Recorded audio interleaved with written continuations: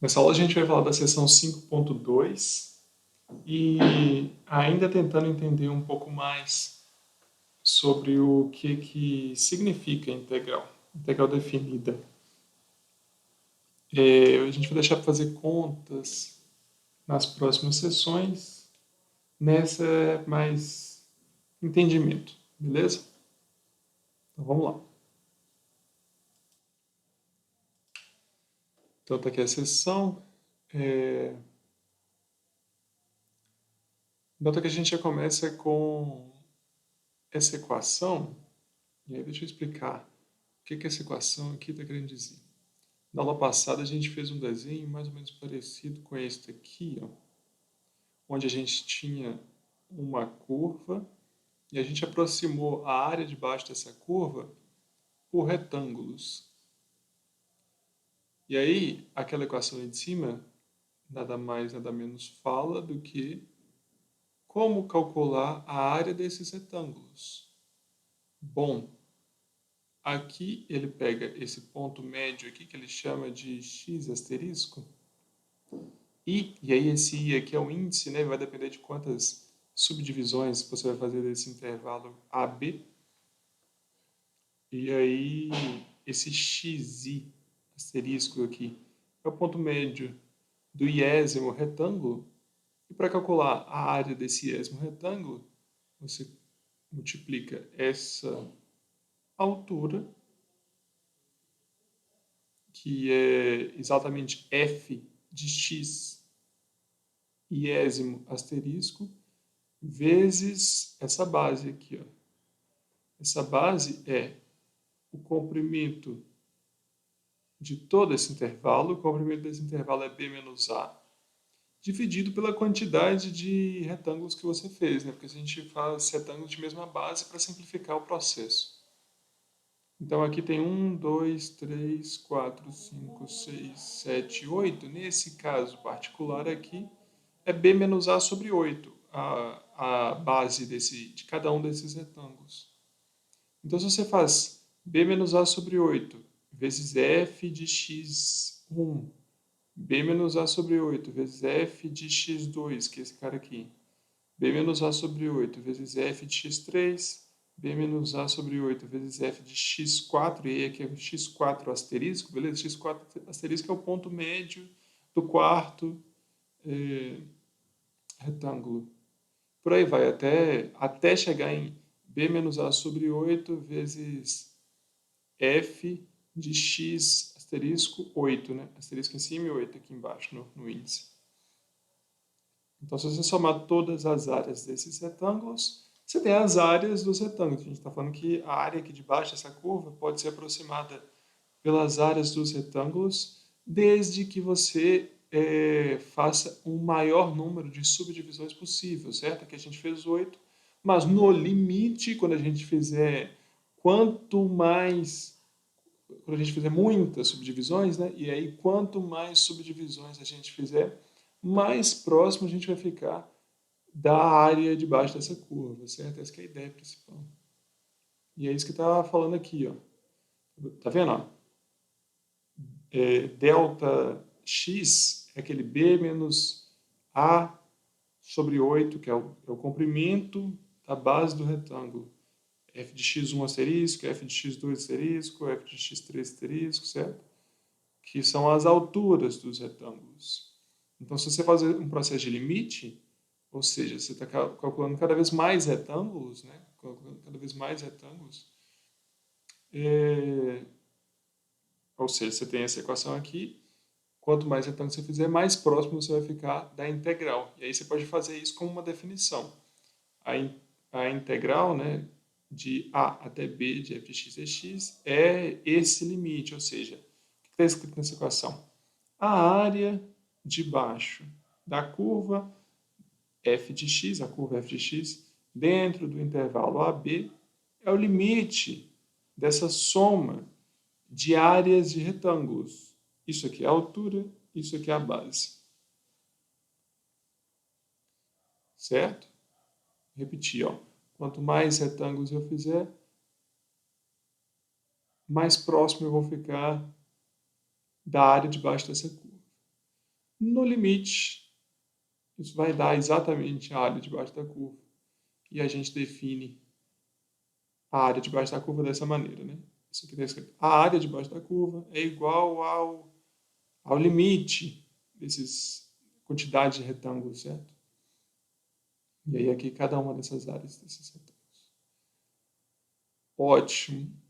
Observações interessantes. Eu, pelo menos, acho mais interessante do que importante, assim, enfim. No sentido de... Aí vocês vão entender. Observações interessantes, olha. Tanto faz se você pega o ponto médio desses retângulos ou qualquer ponto intermediário aqui dentro aqui, por exemplo, esse ponto aqui, esse ponto aqui, esse ponto aqui, qualquer um desses pontos. Na hora de você definir essa somatória, né, com a entendendo para infinito, quando você define essa somatória, você pode escolher qualquer um dentro desses pontos aqui, que essa soma vai convergir. Eu falo assim, que essa soma vai convergir é meio... Ah, não, acho que eu já falei. Não, assim, vocês já entendem. É convergência de limites, né? A gente já conversou sobre isso quando a gente estava falando de limites. Então, qualquer uma dessas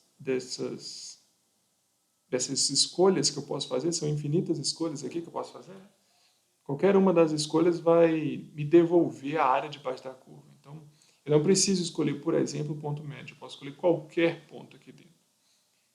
Em particular, na hora que eu estava fazendo no quadro, eu escolhi o ponto mais à esquerda, se não me engano, para fazer a altura do retângulo. E na hora que eu mostrei uma simulação, a pessoa que elaborou a simulação escolheu o ponto mais à direita aqui para ser a altura do retângulo, certo? Esse exemplo aqui do livro escolhe o ponto médio. Mas insisto, né, que é um bom exemplo, né? Eu usei um no quadro, a simulação usou um outro, e o exemplo aqui do livro usou um terceiro ponto diferente, né? Qualquer uma dessas escolhas é uma boa escolha para definir essa integral.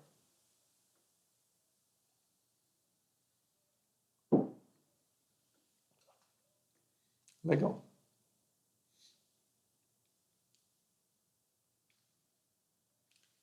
Formalidades. Tá vendo aqui o comprimento do intervalo? Tem um detalhe importante também, né? Que a gente está conversando sobre funções integráveis. Então, sem brigar muito aqui com as formalidades, uma função integrável é uma função bem comportada, beleza? Que a gente vai conseguir calcular a integral dela. Vamos pensar só assim. Porque existem casos de funções que parecem bonitinhas, mas na hora de você tentar definir esse limite, você não consegue. Então, enfim. Funções bonitinhas. Polinômios, beleza? Polinômios são exemplos de funções integráveis. Funções sinodais, senoidais. Vamos começar com coisas possíveis, tá bom?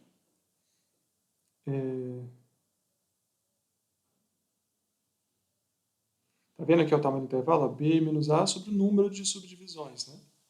Naquele caso que a gente estava conversando ali em cima, esse N aqui valia 8, né? Porque a gente pegou um caso bem particular, né? Naquela primeira subdivisão. Quanto mais você vai colocando retângulos ali, maior esse N fica e menor o comprimento desse intervalo. Né? Uma coisa interessante que os físicos gostam muito é observar o seguinte, ó. Tá vendo que tem integral de A até B de f de x dx? E aqui tem um f de x e um delta x. Então, físicos gostam de falar sobre elementinhos de volume, elementinhos de comprimento, elementinhos de área. E aí eles estão abusando um pouco da notação dx com esse delta x aqui, essa bionicidade, né? Essa coisa que relaciona biunivocamente o dx com esse Δx aqui. Não estou conseguindo uma boa expressão para falar. Mas é é o seguinte, analisar a semelhança que tem entre o lado esquerdo dessa equação com o lado direito dessa equação. O físico explora esse dx e fala, às vezes, com abuso de notação, que esse dx é igual a esse delta x. Né? Por exemplo, na hora de você falar,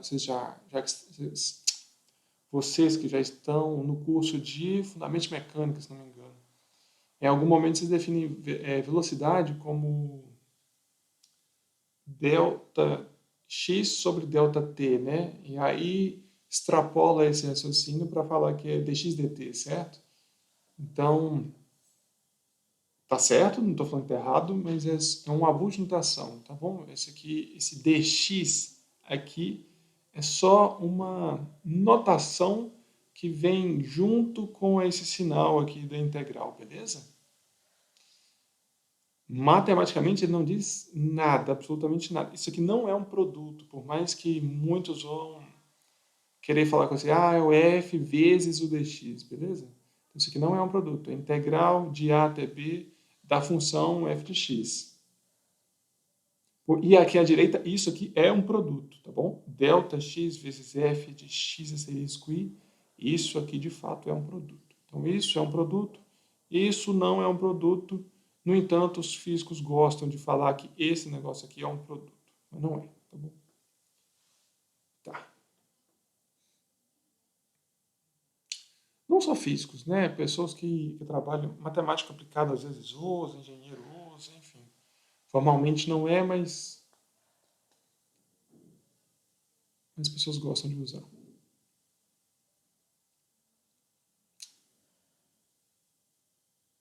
Tá, o que eu quero falar aqui? Porque aqui são algumas contas que não sei se vale a pena. Olha aqui, ó. Calcule a soma de Riemann dessa função aqui. O que a pessoa aqui está fazendo? Ó. Ela está calculando a área desses retângulos aqui, caso vocês queiram dar uma lida, beleza?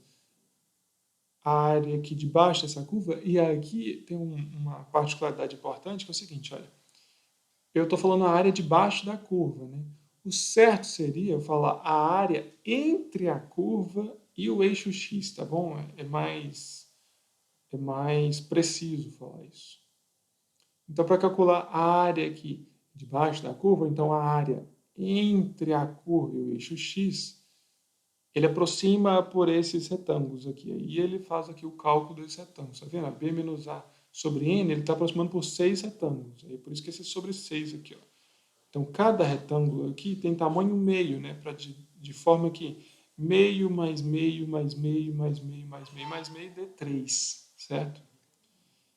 E uma coisa interessante é que aqui ele não usou o ponto médio. Nota, ó. A altura do retângulo não está aqui nesse ponto médio, né? Está calculada a partir desse x aqui. Então, a altura do retângulo aqui é o f de meio, aqui é o f de 1, aqui é o f de 1,5, f de 2, f de 2,5 e f de 3. Né? Isso é uma função de f, chama, né? F de x é igual a x ao cubo menos 6. Então, é uma conta aqui de aproximar a área aqui debaixo da curva pela área desses retângulos. Enfim, é mais para vocês lerem do que vocês fazerem essas coisas aqui, tá bom? Entender. É mais importante entender do que, de fato, pegar para fazer essa conta.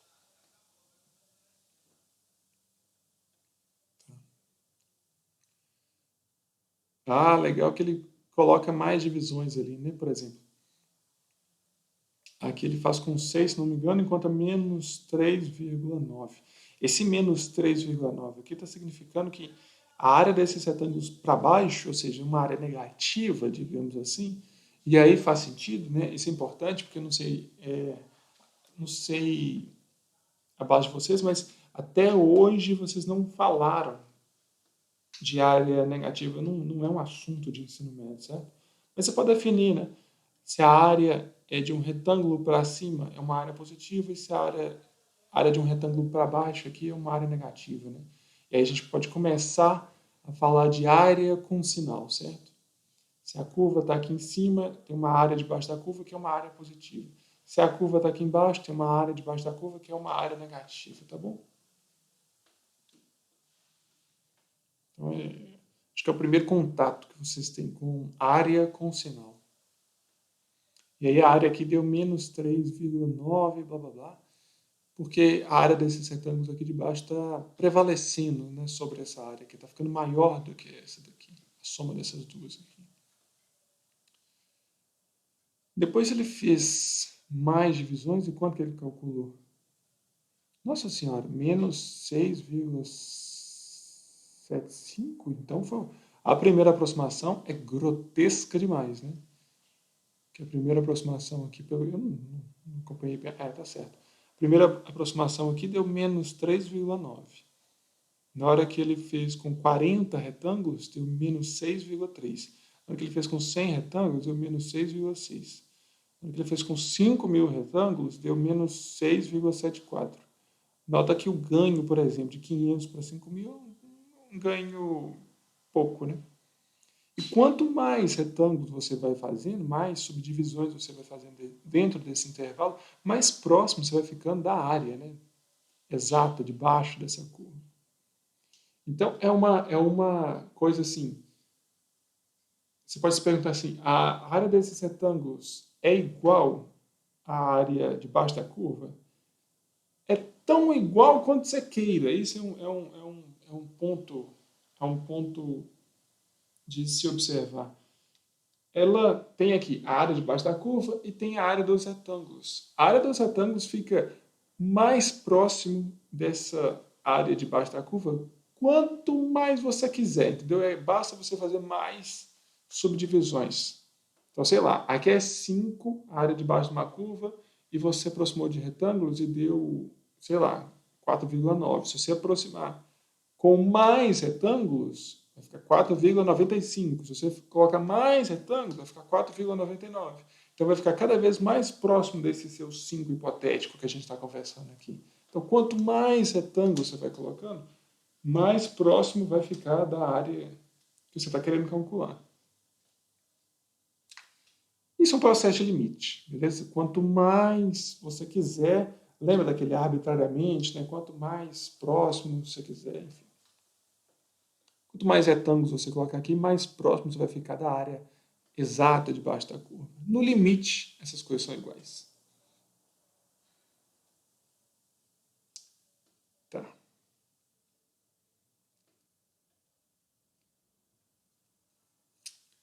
Aqui é a regra do ponto médio, é só para pegar o ponto aqui do meio, mas é que eu estava falando com vocês, não precisa ser esse ponto médio aqui, não. Pode ser qualquer ponto dentro desse intervalo. Tá bom, então vamos lá para propriedades. Então, uma primeira observação é o seguinte: na hora que você define, na hora que você define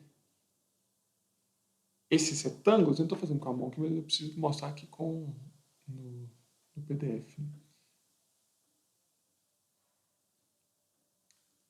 Na hora que você define esses retângulos que a gente está conversando aqui, a gente fez B menos A sobre 6, né? Para dar meio aqui, né? Porque B menos A é 3 menos 0 sobre 6. 3 menos 0 sobre 6 está essa conta aqui, né? É meio, né?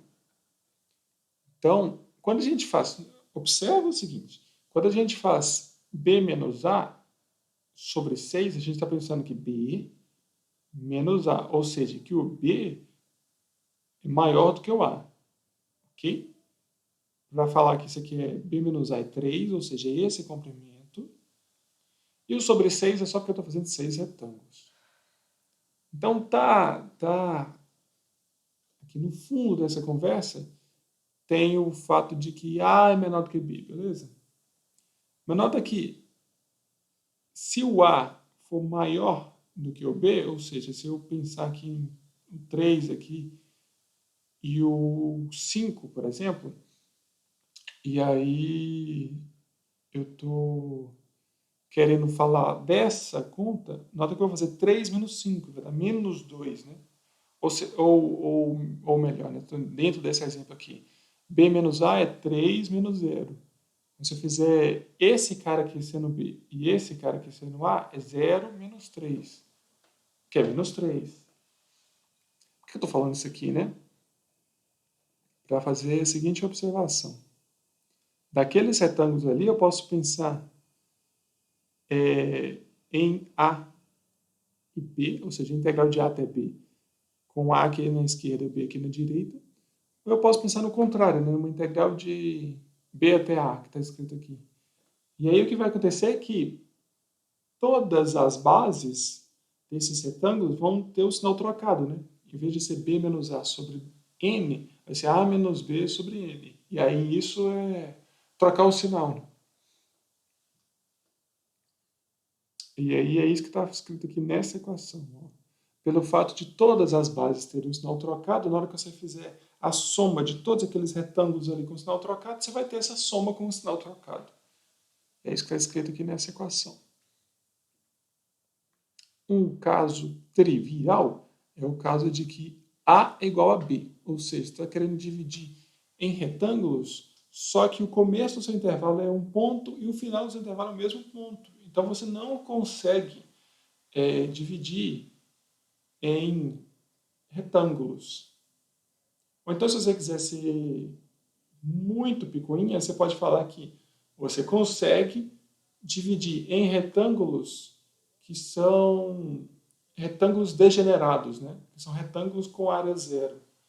Um segmento é um retângulo degenerado. Né? Você pode pensar que isso aqui é um retângulo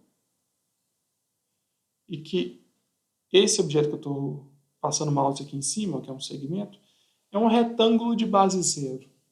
Você pode fazer isso, né? Se você for muito picuinha. Então, esse é o caso aqui, ó, retângulos degenerados, ou seja, não tem retângulo. Então, essa é a integral de A até A, ou seja, você vai calcular a integral de um ponto até ele mesmo, isso aqui é zero. Então, vamos lá, algumas propriedades. Ó. Integral de A até B de uma constante é só o comprimento do retângulo. Nota, ó. Isso aqui, essa parte que eu estou passando o mouse em cima, é a área debaixo da curva C. A curva C é a curva constante, beleza? É uma curva que faz isso aqui, ó. C, eu estou com o mouse inteiro, tem que passar aqui em cima e vai para frente. Então a curva C não está desenhada aqui, só está desenhada uma parte da curva C, beleza? Então a curva Y é igual a C, essa curva toda aqui. Então, a integral de A até B de uma curva C constante, o que ela é? É a área debaixo dessa curva. E o que é a área debaixo dessa curva? É a área da base vezes a altura. Aqui você não precisa subdividir em retângulos, né? Você calcula a área desse único retângulo aqui. Né? Se você quisesse subdividir, você fica à vontade. Né? Isso é o primeiro exemplo da aula passada, que eu peguei uma coisa assim de velocidade e dividi um retângulo em 3, mas eu não precisava. Eu só fiz aquilo só para vocês começarem a ter uma noção. Então, a área debaixo dessa curva C está escrita aqui. É a área debaixo da curva C, a área desse retângulo. A base dele é B menos A. Vocês entendem por que é B menos A? Eu estou falando isso o tempo inteiro também, não sei se isso é muito claro. Por que a área desse retângulo aqui é B menos A? B é esse comprimento todo aqui, ó. Até aqui na frente. A é esse comprimento pequeno aqui. Então, B menos A é o todo menos esse pequeno. Logo, B menos A é esse comprimento aqui, que é a base do retângulo, certo? Esse é um raciocínio que eu acho que vocês já estão acostumados a fazer no ensino médio. Tá. Segunda propriedade aqui, ó. Isso é muito importante. A integral da soma é a soma das integrais.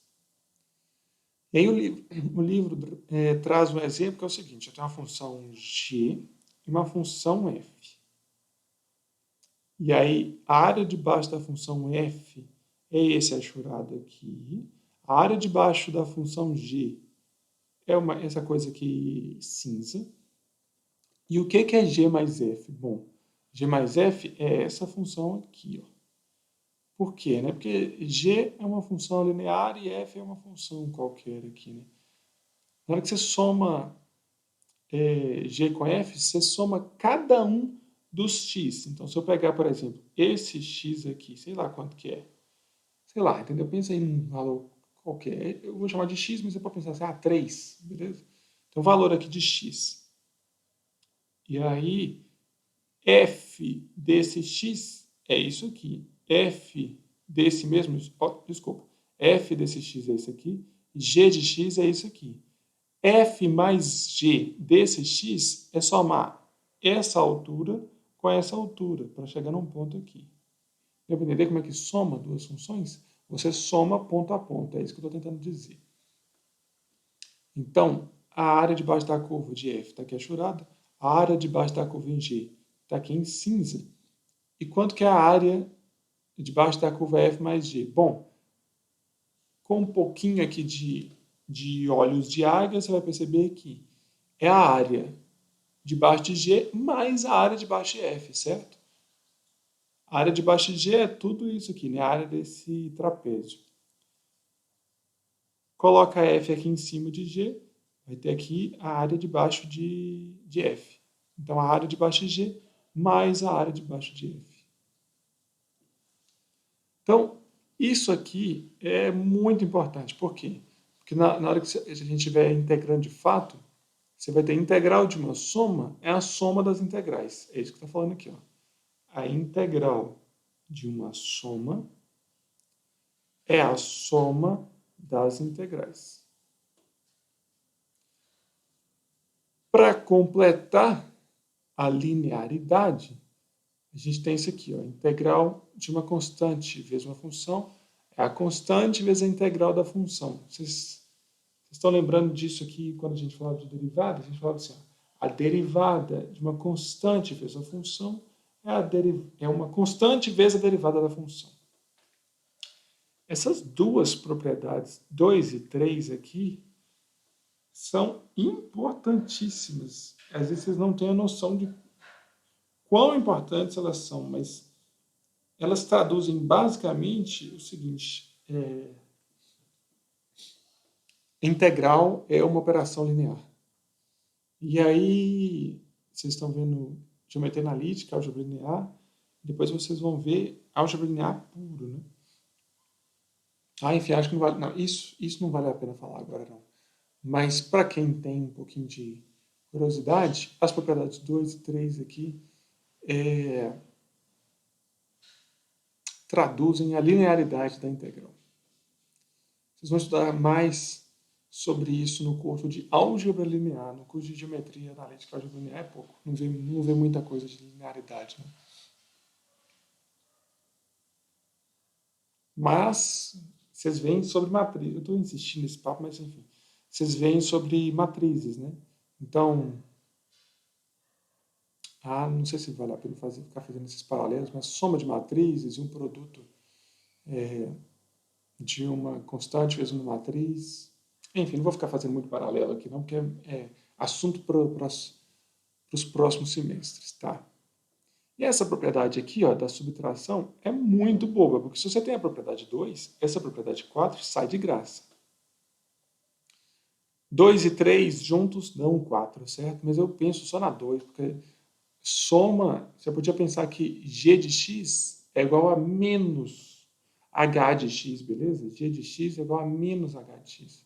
E aí essa propriedade é exatamente essa daqui, só que em vez de estar escrito g de x, está escrito menos h de x, que é só uma outra função, beleza? Enfim. Essa propriedade 4 aqui é meio idiota, não precisava ter escrito isso aqui, não. Se conclui com 2 só. Você conclui 4. Se você for muito gastador, você conclui com 2 e com 3, 4. Mas só 2 já está suficiente.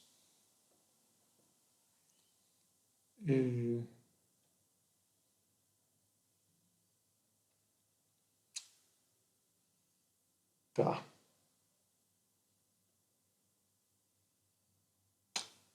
Uma coisa a observar também é o seguinte, olha. A integral de A até C de f de x, está aqui A, está aqui C.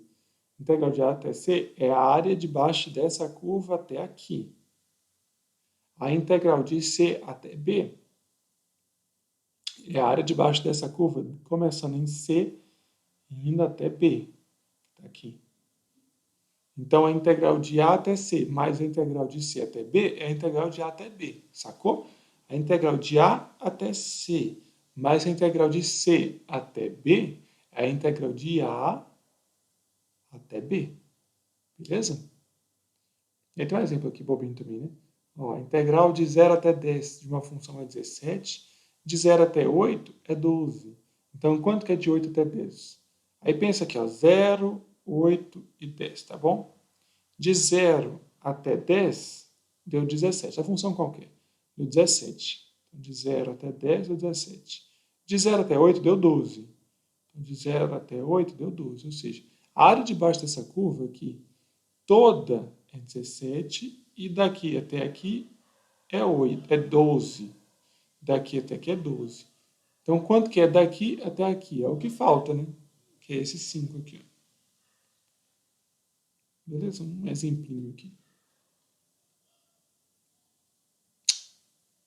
Tá, e aqui agora para terminar, 3 propriedades. Tá. Se a função é positiva dentro de um intervalo, então a função não precisa ser positiva para todo R, não. A função só precisa ser positiva dentro do intervalo onde que a gente vai integrar, de A até B. Se a função é positiva, então a área é positiva. Lembra que eu estava falando de área com sinal? A área vai ser negativa só se a função estiver abaixo aqui do eixo x. Se uma função for maior do que a outra, então a integral dela vai ser maior do que a integral da outra, concorda? Pensa, vamos ver se eu tenho um desenho aqui bom. Com duas funções desenhadas. Não tem, né? Só tem sempre uma função só. Ah, tenho sim, ó. Tem aqui em cima, acabei de lembrar. É esse aqui, ó. Essa função aqui é maior do que essa função aqui, certo? Dentro do intervalo de A até B, essa função aqui é maior do que essa função aqui. Logo, a área de baixo dessa função de cima vai ser maior do que a área de baixo dessa função de baixo. Isso é meio óbvio, né? Por quê? Porque a área vai ser maior, porque vai estar aqui em cima, certo? Então, mais uma propriedade aqui. Se a função está em cima, então a área de baixo da função de cima é maior do que a área de baixo da função de baixo.